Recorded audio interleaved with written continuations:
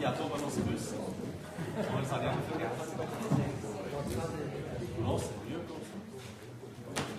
The background.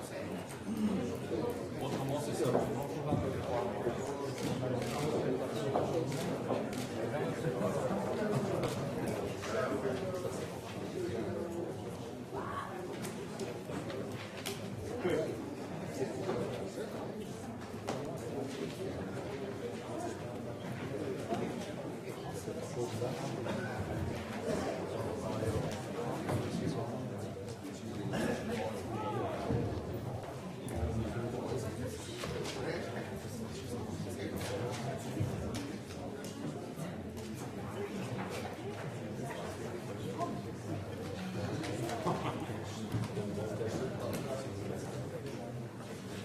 C'est un sujet que j'aime.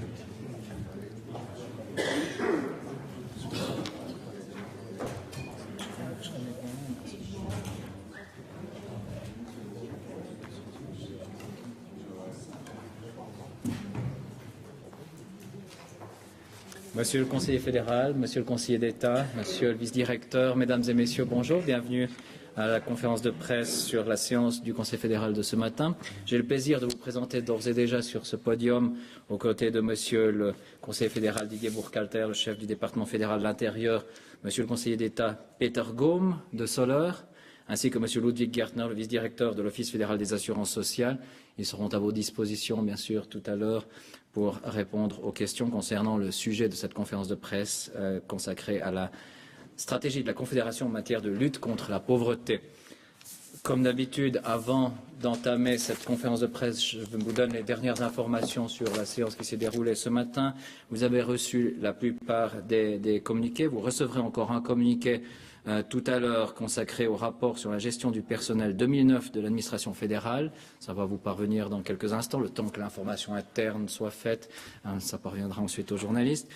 Il y avait deux sujets qui vous étaient préannoncés également et qui ont fait l'objet d'une simple première discussion ou bien qui demandent encore une correction de détails, donc qui seront adoptés définitivement la semaine prochaine. C'est notamment la question de l'initiative parlementaire sauvegarde de la démocratie, de l'état de droit et de la capacité d'action dans les situations extraordinaires. Donc ce sera repoussé la semaine prochaine, ainsi que la loi fédérale sur l'imposition des frais de formation professionnelle. Avant d'en venir à vos questions et réponses, j'aimerais dire encore de manière active aussi, évidemment, et vous l'attendez tous, ça avait été annoncé, le rapport sur la sécurité a été un thème ce matin. Le Conseil fédéral a mené une nouvelle discussion sur ce rapport sur la sécurité. Il a décidé notamment de la marche à suivre et puis du calendrier définitif pour la présentation de ce rapport. Il a mené bien sûr une discussion sur le fond et le contenu de ce rapport. Le Conseil fédéral souhaite encore approfondir l'un ou l'autre point du rapport. Cette discussion aura lieu déjà lors de la prochaine séance du Conseil fédéral. Il prendra là ses décisions et donc on pourra vous présenter en conférence de presse probablement le rapport sur la sécurité lors de notre prochaine séance du Conseil fédéral. Concernant la marche à suivre, le Conseil fédéral là, a pris une décision. Il a décidé qu'il présenterait les résultats du rapport sur la sécurité lors d'une consultation, probablement par voie conférentielle. En allemand, c'est plus précis, on dit Anhörung ou Vernehmlassung, mais vous saisissez bien la différence, j'imagine. Enfin, pour le calendrier définitif, le Conseil fédéral adoptera ce rapport définitivement après la consultation, évidemment, avant l'été, et il a décidé également qu'il adopterait conjointement un rapport sur la sécurité sur l'armée. Conjointement au rapport sur la sécurité, un rapport sur l'armée. Rapport sur l'armée se consacrera évidemment à l'armée et aura pour objet de parler des mesures de concrétisation qui sont contenues dans le rapport sur la sécurité lui-même.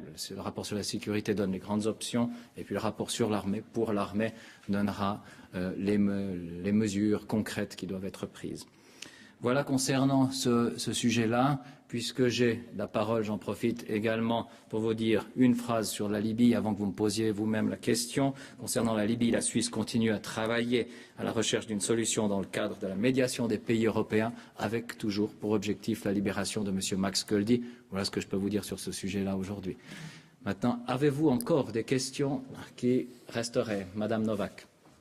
Zwei Nachfragen zum sicherheitspolitischen Bericht. Erstens, habe ich Sie richtig verstanden, dass da eine weitere Anhörung stattfinden soll, nach den Hearings, die bereits stattgefunden haben, und dann noch eine Vernehmlassung? Nein, nur eine Anhörung. Nur eine Anhörung noch vor Nach den den Entscheidungen des Sommerferien. Bundesrates nächste Woche wird der Bericht wahrscheinlich in einer Anhörung nochmals zur Konsultation gegeben. Aber es wird noch eine Anhörung sein. Der Bericht wird aber definitiv verabschiedet vor dem Sommer. Und das zusammen mit dem Bericht über die Armee. Und die zweite Frage, Tiger-Teilersatz, was ist da die Marschrichtung, die aktuelle? Alors, cette question était aussi traitée rapidement aujourd'hui, mais comme on a toujours dit que le rapport sur la sécurité serait adopté conjointement avec cette question, que cette question serait décidée conjointement avec le rapport sur la sécurité, donc ça viendra à ce moment-là également. Donc également adoption définitive en juin. Monsieur Ramsaya. Ja, wie ist das eigentlich? Wird dieser Bericht dann nächste Woche aufgelegt, eventuell schon am Dienstag, damit man Zeit hat, ihn zu studieren, oder wird er noch geheim behalten und welchen Status der Geheimhaltung hat er im Moment eigentlich? Also im Moment ist er in der Beratung im Bundesrat, das heißt, er ist nicht öffentlich.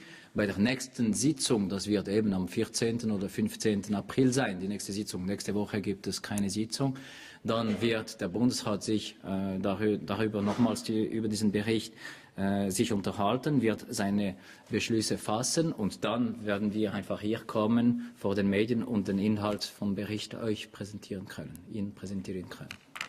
Das ist der Fachplan. Der Bericht selber, den werden wir nicht bekommen. Oder den müssen wir dann wieder... Aha. Doch. Der Bericht kommt. Aber noch nicht heute. Herr Krauthammer. Bitte eine Frage an Herrn Bundesrat Didier Burkhalter als Religionsminister. Inwiefern beschäftigt Sie zurzeit auch der sexuelle Missbrauch, der auch jetzt bekannt wird innerhalb der katholischen Kirche? Ist da etwas vorgesehen auch? Tout d'abord, il n'y a pas de Religionsminister. Non, il n'y en a pas. Non, donc nous n'avons à l'heure actuelle pas fait de discussion au Conseil fédéral sur ce sujet. Je ne peux donc pas vous donner une position particulière au niveau du Conseil fédéral. Vous savez qu'il y a eu des déclarations de certains membres, mais nous n'avons pas discuté aujourd'hui de ce sujet. Monsieur Gobet. Oui, une question concernant le Forum humanitaire mondial de Genève. Est-ce que le Conseil fédéral a pris une décision quant à son avenir? Alors, il a été informé par le département des Affaires étrangères de la situation de ce forum et le département des Affaires étrangères a la compétence de prendre des décisions dans ce domaine-là. Il vous communiquera ces décisions probablement dans le cours de la journée également. Vous recevrez un communiqué de presse, j'imagine, de la part du DFAE. Monsieur. Bundesrat über eine vorläufige Anwendung des UBS-Abkommens mit den USA entschieden. Der Bundesrat hat sich darüber unterhalten. Es kommt eine Kommunikation heute Nachmittag dazu, aber zu gegebenen Zeitpunkt. Sie müssen das Kommuniqué auf das Kommuniqué warten. Monsieur Restein? Können Sie vielleicht noch ein bisschen ausführen, warum jetzt dieser CIPOL noch einmal überarbeitet werden muss oder noch einmal oder nicht heute verabschiedet werden konnte? Also in welchen Punkten beispielsweise? Nein, also solange das in der Beratung im Bundesrat ist, da wissen Sie, das gehört einfach in der Beratung des Bundesrates und nicht in der Öffentlichkeit. Er hat die Optionen, die in diesem Bericht vorgestellt worden sind, diskutiert, hat noch ein paar Fragen, die er klären möchte. Das ist völlig ein normales Vorgehen, dass wir das bis zum nächsten Mal stattfinden. Und das nächste Mal werden Sie alles erfahren darüber. Also nur ein bisschen Geduld und Ferien und dann haben Sie die Resultate. Herr Nowak? Entschuldigen Sie nochmals eine Nachfrage. Also ursprünglich war ja eine Vernehmlassung vorgesehen. Fällt die jetzt weg mit dieser Anhörung oder kommt dann nach der Anhörung und der definitiven Verabschiedung? Nein. Ist das dann zuhanden des Parlaments oder zuhanden einer Also eine Vernehmlassung in der Form einer 3-monatigen Vernehmlassung fällt weg, weil die Vernehmlassung wird eben in dieser Form der Anhörung gemacht, was auch eine Möglichkeit ist. Ja. Aber der Bericht ist nach wie vor nur ein Bericht, der vom Parlament zur Kenntnis genommen wird und der hat nicht Gesetzesstufe. Also man könnte wirklich meinen, es gehe hier. Nein, man will eine Vernehmlassung machen, weil gewisse auch Teilnehmer, vor allem die Kantone, sich darüber auch geäußert haben und haben so etwas gewünscht. Und wenn man eine Diskussion wünscht, dann denke ich, ist es auch richtig, dass man diese ermöglicht. Deshalb macht man eine Anhörung. Es gibt natürlich nicht ein Muss, dass man eine Vernehmlassung macht. Monsieur Gobet d'abord, ensuite Monsieur. Je reviens sur la question de la Libye. Est-ce que le Conseil fédéral est revenu sur les propos de Mme Leuthard vendredi passé à Vienne qui ont été perçus par certains comme assez optimistes et des espoirs qui ont ensuite été déçus durant le week-end? Non, on n'est pas revenu sur les propos particuliers de l'un ou de l'autre de ses membres. Monsieur?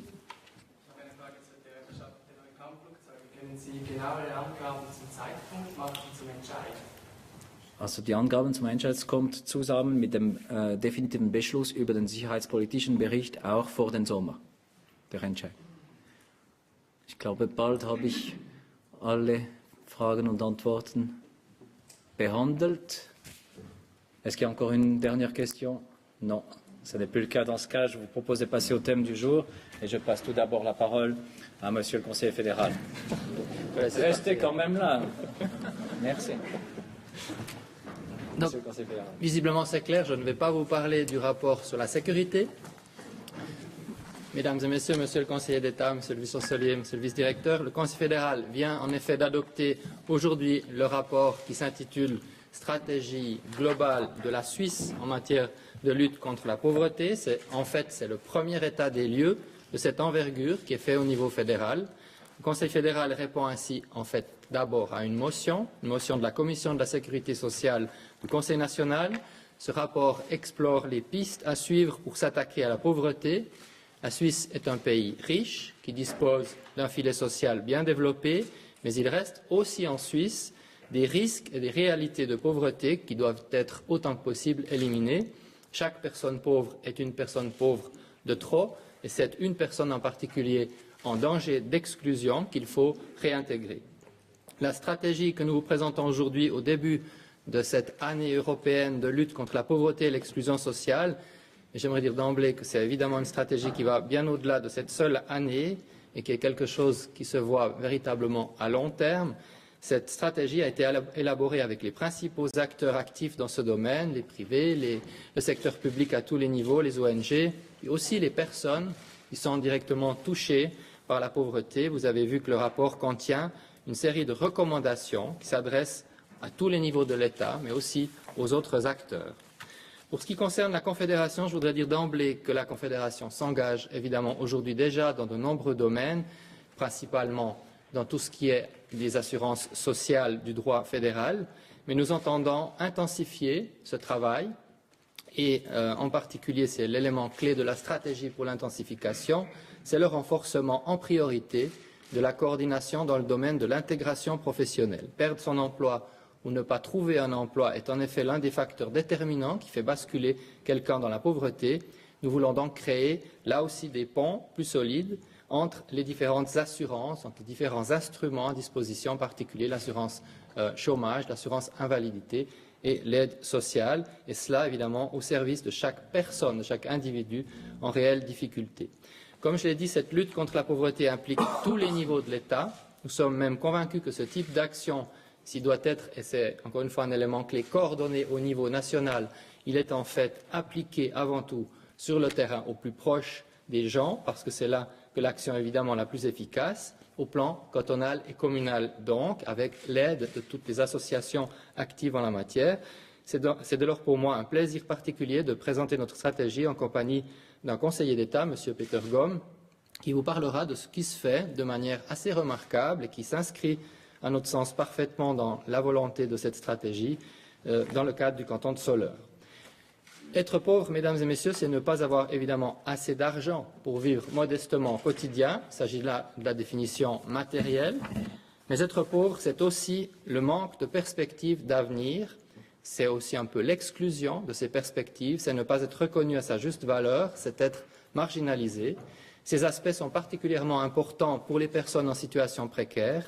Et ces personnes ont insisté sur ce point. Vous l'avez peut-être vu si vous avez pu parcourir le rapport. Elles ont insisté sur ce point lors des discussions avec les auteurs du rapport. Ces personnes veulent être intégrées dans la société, avoir un travail, participer à la vie de la société, avoir encore une fois des perspectives, être respectées et estimées, être écoutées aussi.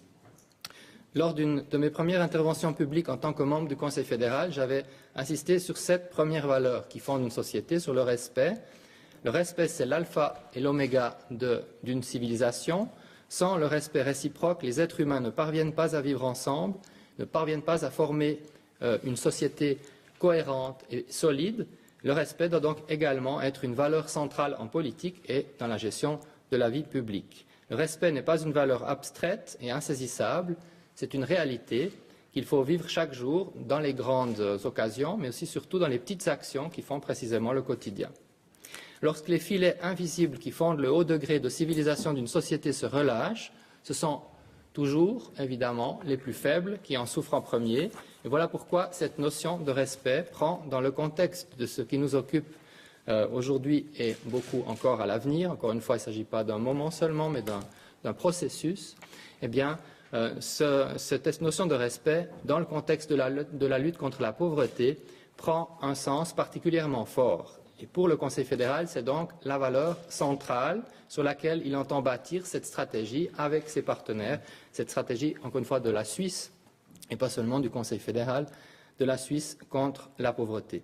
Je vous étonnerai peut-être en citant ici Maxime Gorky, qui fut lui-même d'ailleurs un enfant pauvre qui n'a pas pu longtemps étudier, il a dû quitter sa formation et après il s'est un peu formé tout seul. Eh bien, cet écrivain avait raison de déclarer, je cite, « L'homme, il faut respecter l'homme, ne pas en avoir pitié ». C'est ce que veulent faire le Conseil fédéral et ses partenaires, ne pas avoir pitié, ne pas s'agenouiller pour apporter des soins à ceux qui ont chu tout en les laissant par terre, mais leur montrer suffisamment de respect pour les aider et les aider aussi à s'en sortir par eux-mêmes, les appuyer pour qu'ils se redressent. Pour cela, le système suisse de sécurité sociale est solide. Je leur dis encore une fois, il est solide, il est bien conçu. L'assurance chômage, l'assurance invalidité, l'assurance maladie, l'assurance vieillesse et survivants forment un filet social qui est efficace. Dans le cas où les prestations de l'AI ou de l'AVS ne suffisent pas, des prestations complémentaires peuvent être demandées. Des prestations offertes par les cantons, les communes, comme les subventions pour payer les primes d'assurance maladie, sont également là pour soulager les personnes à la peine. Mais ce système global, encore une fois bien conçu, aussi bien conçu d'ailleurs qu'il soit, ne suffit pas à éradiquer totalement la précarité et la pauvreté ponctuelle. La pauvreté découle souvent de cassures dans la vie d'un individu qu'il fragilise, des moments difficiles de rupture des équilibres. Des mesures de prévention permettraient d'éviter à certains de basculer dans la pauvreté. Donc la prévention, évidemment, là aussi très important.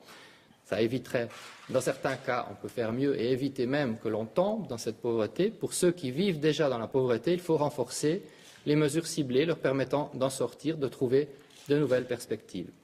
On peut être pauvre pour toutes sortes de raisons. Le rapport qui vous est soumis ne se veut pas exhaustif. Il n'a pas pu traiter tous les cas de figure, ça c'est clair. Nous avons en fait concentré le travail en direction des groupes de personnes les plus affectées par la pauvreté, à nos yeux, et puis aussi en direction des principaux risques de pauvreté dans les différentes phases de la vie. Et j'aimerais aborder ici avec vous 3 points particuliers, les jeunes, les actifs et puis aussi les personnes âgées. D'abord les jeunes. Nous sommes en effet particulièrement intéressés aux jeunes. C'est vraiment un des éléments peut-être les plus essentiels de ce rapport, c'est que là encore, comme dans d'autres débats qu'on a déjà eus ces derniers temps sur les assurances sociales, la problématique de la jeunesse prend de l'importance proportionnellement et je crois qu'elle doit vraiment on doit lui accorder une très grande attention. Nous sommes donc intéressés aux jeunes qui vivent dans des familles modestes. Il est très important de les suivre de la petite enfance afin de leur donner toutes leurs chances lors du passage vers la formation professionnelle et lorsqu'ils entrent dans la vie active. Une formation solide reste toujours le meilleur rempart contre la pauvreté.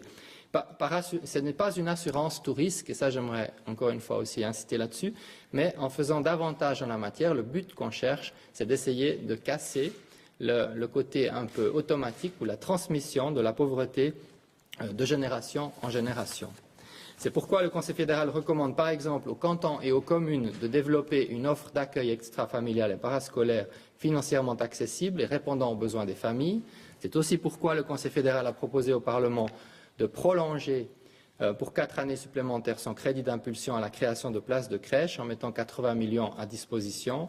Et c'est encore pour cela que les mesures de soutien doivent durer aussi pendant toute la scolarité afin de minimiser le risque de pauvreté après la scolarité obligatoire. Et il faut aussi viser à ce qu'un maximum de jeunes puissent suivre une formation après l'école obligatoire, donc dans le secondaire 2.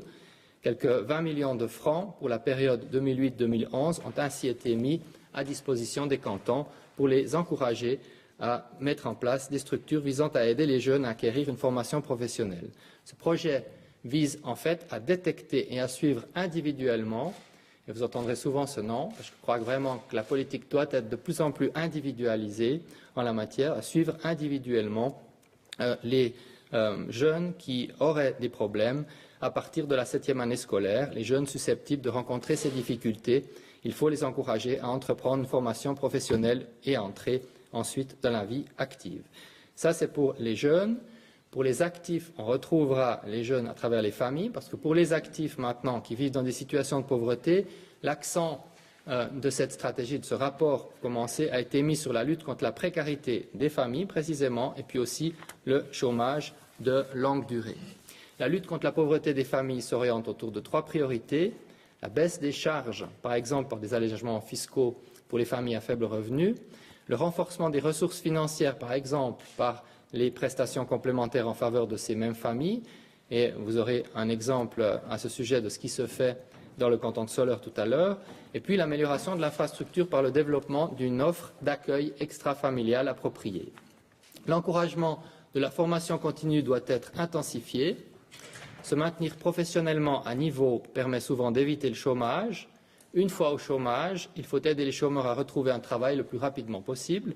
Les chances de retrouver un travail se réduisent, le chômage se prolonge.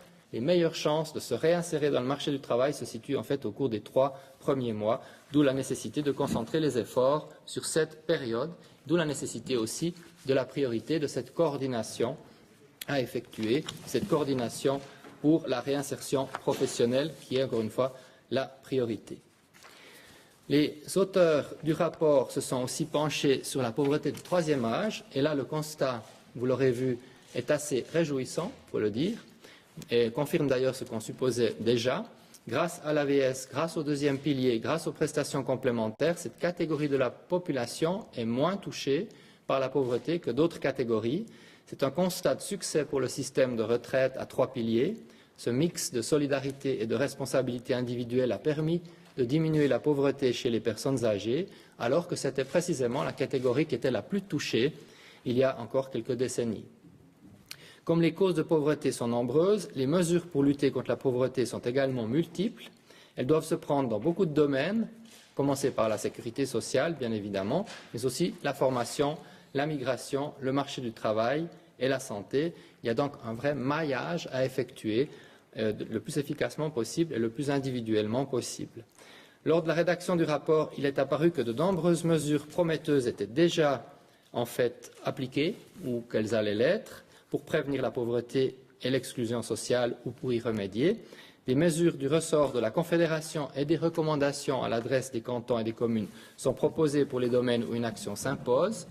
Il appartient maintenant en fait à ceux qui en ont le pouvoir à tous les niveaux d'introduire les nouvelles mesures et de poursuivre celles qui existent dans leur domaine de compétences. Le Conseil fédéral a donc décidé ce matin que dans la mise en œuvre de la stratégie, la Confédération mettrait pour sa part l'accent sur la réinsertion sur le marché du travail. Des efforts particuliers doivent être faits dans ce domaine pour améliorer les mesures existantes. Le chômage structurel a en effet augmenté ces dernières années, ce qui signifie qu'il y a de plus en plus de personnes qui ne trouvent pas d'emploi, même dans les périodes de haute conjoncture. Il s'agira, dans un premier temps, d'améliorer le fonctionnement du système en partant du principe, au fond, que l'union fait la force, la coordination, la collaboration interinstitutionnelle entre les différents outils, assurance chômage, invalidité, aide sociale, et le cas échéant, les autres partenaires concernés devra donc être améliorée. Au niveau des mesures à prendre, il faut optimiser le placement et les efforts de réinsertion, donner accès à ces prestations en fonction des besoins et, si nécessaire, élargir la palette de l'offre. Il faut offrir une solution individuelle, ce qu'on appelle en bon franglais le case management, de plus en plus un peu partout. Eh bien, c'est en effet ce case management qui doit être fait de plus en plus. Et cette solution individuelle qui en ressort, c'est celle qui est la mieux adaptée en fait à la personne dans le besoin, indépendamment du fait qu'elle soit au chômage, à l'AI ou à l'assistance sociale. Il s'agit ensuite d'accroître le potentiel individuel de chacune de ces personnes pour permettre le retour à l'autonomie. Si l'objectif est bien que chacun ait un emploi, cela ne sera toutefois pas toujours possible et il faudra donc trouver également d'autres solutions, notamment avec des occupations à titre transitoire, par exemple dans une entreprise sociale, comme ça se fait déjà. La Confédération a décidé de créer dans ce but un groupe national de pilotage qui est composé en fait de représentants de l'assurance chômage, de l'assurance invalidité, et de l'aide sociale. Ce groupe national de pilotage aura pour tâche de garantir la coordination des mesures de réinsertion sur le marché du travail et d'optimiser le système. Et ce groupe sera soutenu par un service rattaché à l'Office fédéral des assurances sociales et au secrétariat d'État à l'économie. Les travaux préparatoires ont déjà commencé. Le département fédéral de l'Intérieur organisera cet automne une conférence nationale sur la pauvreté. Le rapport stratégique et la priorité définie par le Conseil fédéral, donc la réinsertion sur le marché du travail, seront présentés plus en détail à cette occasion. Tous les acteurs sont invités à y participer pour discuter la stratégie, sa mise en œuvre et les moyens d'améliorer et de développer les mesures déjà prises ou proposées. Ensemble et coordonner ces efforts et ceux poursuivis par les cantons et les communes montreront que le problème est pris au sérieux. Ils souligneront que l'État veut traiter avec le respect qui leur est dû les personnes ayant eu un accident de parcours et qui sont tombées dans la précarité. Et ils démontreront aussi ces efforts que l'État s'engage afin d'aider ces personnes à éviter le piège de l'exclusion et à retrouver une place et une perspective dans notre société. Je vous remercie de votre attention. Merci, Monsieur le Conseiller fédéral. Je peux passer la parole directement à Monsieur le Conseiller d'État. Ja, Herr Bundesrat, sehr geehrte Damen und Herren, besten Dank vorerst, dass Sie dem kleinen Kanton Solothurn die Gelegenheit geben, hier das Wort zu ergreifen. Unsere spezialisierte Gesellschaft neigt dazu, für jede Problemlage eigene Instrumente und Rezepte zu entwickeln. Jedes Detail wird ganz genau bestimmt und oft wird auch versucht, es isoliert zu lösen. Nach traditionellem Muster erfolgt die Betreuung durch mehrere Institutionen. Jede Institution führt ein eigenes Dossier, erteilt individuelle Ratschläge und versucht manchmal auch, die eigenen Kostenfolgen möglichst gering zu halten oder den sogenannten Fall einem anderen Leistungsträger zu übergeben. Die Erfahrung zeigt jedoch, dass das Leben nicht immer einfach, sondern manchmal auch kompliziert ist. Dies widerspiegelt sich auch bei den Sozialwerken und den sozialen Hilfen. Der Schluss daraus ist im Grunde genommen ziemlich einfach. Sozialwerke und soziale Hilfeleistungen müssen in der Praxis stärker koordiniert werden. Mit der interinstitutionellen Zusammenarbeit sollen aktuell Menschen unterstützt werden, welche von mehreren wirtschaftlichen, gesundheitlichen und sozialen Problemen betroffen sind. Neu sollen solche Menschen nach Möglichkeit nur noch über Anlaufstellen, sogenanntes Intake, einer Stelle zugewiesen werden, wo sie auch nur eine Ansprechperson haben, welche die Angelegenheit in einem wiederum sogenannten Case Management betreut. In der aktuellen Ausgestaltung ist die interinstitutionelle Zusammenarbeit auf einen Personenkreis fokussiert, bei denen es besondere Anstrengungen braucht, um sie wieder eingliedern zu können. Arbeitslosenversicherung, Invalidenversicherung und Sozialhilfe, allenfalls auch die Berufsbildung, arbeiten über eine Stelle miteinander eng zusammen. Die primären Ziele sind, den wirtschaftlichen und sozialen Ausschluss von Menschen durch eine rasche und nachhaltige Reintegration in den ersten Arbeitsmarkt zu verhindern, die Dauer der sozialen oder wirtschaftlichen Notlage zu verringern, diese Menschen zu befähigen, eigenständig zu leben und damit von Leistungen Dritter unabhängig zu werden. Und damit einhergehend soll auch der Drehtüreffekt zwischen den unterschiedlichen Leistungsträgern vermieden werden und die Kostenfolgen für die sozialen Sicherungssysteme reduziert werden. In der Praxis geschieht dies im Kanton Solothurn folgendermaßen. Stellt die Anlaufstelle in einem regionalen Sozialdienst, in einem regionalen Arbeitsvermittlungszentrum oder bei einer IV-Stelle fest, dass die Wiedereingliederung einer Person durch eine Mehrfachproblematik erschwert ist und die betroffene Person nicht ohne zusätzlichen Koordinationsaufwand betreut werden kann, wird sie der Case-Management-Stelle überwiesen. Über eine Bedarfsabklärung ergibt sich eine fachliche Beurteilung der Gesamtsituation. Diese dient dann als verbindliche Grundlage dazu, einen individuellen Entwicklungsintegrationsplan zu erarbeiten. Im Plan werden einerseits die vorhandenen und fehlenden Ressourcen beschrieben, die adäquaten Eingliederungsmaßnahmen bestimmt und andererseits die Kompetenzen zwischen den verschiedenen involvierten Institutionen festgelegt. Gelingt die Integration in den ersten Arbeitsmarkt, wird die wiederintegrierte Person noch eine bestimmte Zeit nachbetreut und begleitet. Die interinstitutionelle Zusammenarbeit ist noch relativ jung, sie ist im Sozial geregelt, das seit 1. Januar 2008 in Kraft ist. Zurzeit rechnen wir mit rund 500 betroffenen Menschen mit Mehrfachproblematik, die von einer Case-Management-Stelle zu begleiten und zu betreuen sind. Die interinstitutionelle Zusammenarbeit wurde bereits im März 2007 gestartet. In den Jahren 2008 und 2009 konnten auf diesem Weg rund 65 Personen wieder in den ersten Arbeitsmarkt eingegliedert werden. Zusätzlich konnten Praktika und temporäre Anstellungen ermöglicht werden. Auch wenn gegenwärtig seitens der IV-Stelle noch relativ wenig Zuweisungen erfolgen, sind bei erfolgreicher Wiedereingliederung die Kostenersparnisse sehr hoch. Auf den ersten Blick scheinen die Zahlen der ins Projekt aufgenommenen Personen noch nicht sehr aussagekräftig zu sein. Dazu ist anzumerken, dass die Stelle erst seit etwas mehr als 2 Jahren an der Arbeit ist und die zugewiesenen Fälle stark im Zunehmen begriffen sind. Diese sind so dann nur ein kleiner Teil der Dossiers, die von den regionalen Arbeitsvermittlungsstellen der Invalidenversicherung und den Sozialregionen jeweils gesondert unter dem Aspekt der Wiedereingliederung betreut und selbstständig gelöst werden. Nach unserer Rechnung, und das ist eine erstaunliche Zahl, sind im Modell der interinstitutionellen Zusammenarbeit bereits ab 8 Personen, die dauerhaft in den Arbeitsmarkt integriert werden können, positive Langzeitwirkungen nicht nur sozialer Natur für die Betroffenen, sondern eben auch finanzieller Natur für die beteiligten Institutionen zu erwarten, und das ist doch augenscheinlich. Interinstitutionelle Zusammenarbeit ist sehr wichtig und sollte deshalb mit den gemachten Erfahrungen nicht nur fokussiert auf den bisher engen Kreis der schwierigen Fälle, sondern auch im Zusammenhang mit der Koordination der sozialen Leistungen generell ausgebaut werden. Es ist sehr zu begrüßen, dass der Bundesrat diese Zusammenarbeit nach dem Auslaufen der Projektphase per Ende 2010 in den ordentlichen Vollzug der Eingliederungsprozesse durch die Erarbeitung der rechtlichen und finanziellen Rahmenbedingungen verankern will.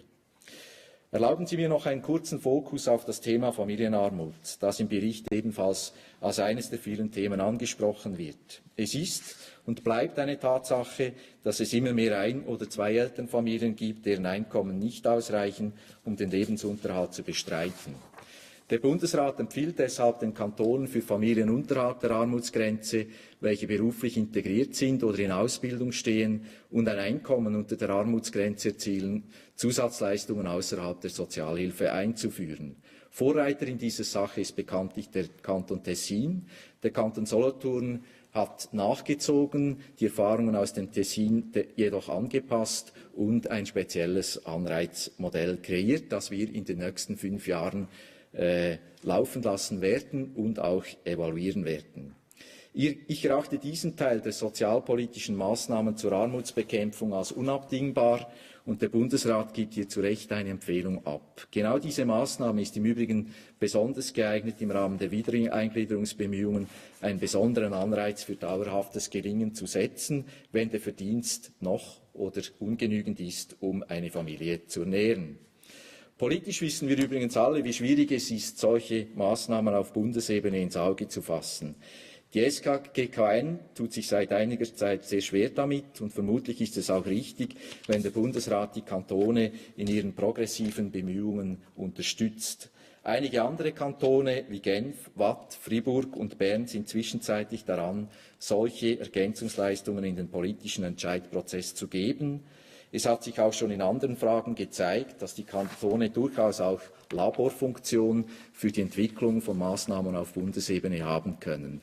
Wie weit diese gehen soll, ist Sache des politischen Dialogs zwischen Bund und Kantonen und nicht an dieser Stelle zu erörtern.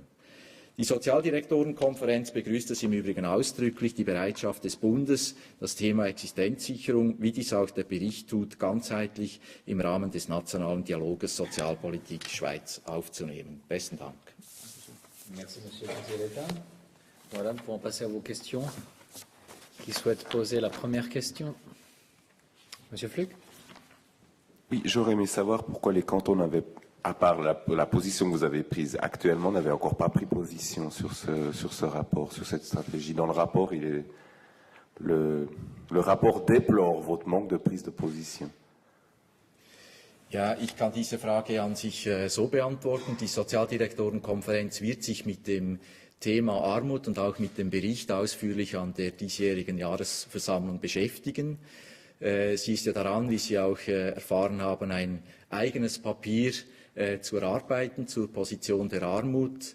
Und wir werden dann und schätzen das auch, dass der Bund zugesichert hat, das Thema Armutsbekämpfung auf der Ebene des nationalen Dialoges in diesem Bereich zu diskutieren. Und dort sind letztlich auch dann die politischen Positionen zu bestimmen, weil wir ja wissen, dass alle drei Ebenen befasst sind, der Bund, die Kantone, aber auch die Gemeinden.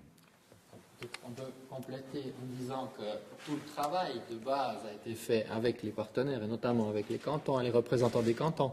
La position va venir en effet cet été, plus exactement, et ça fera partie du débat qui doit avoir lieu tout au long de l'année, tout spécialement puisque c'est l'année de la pauvreté, mais encore une fois après également.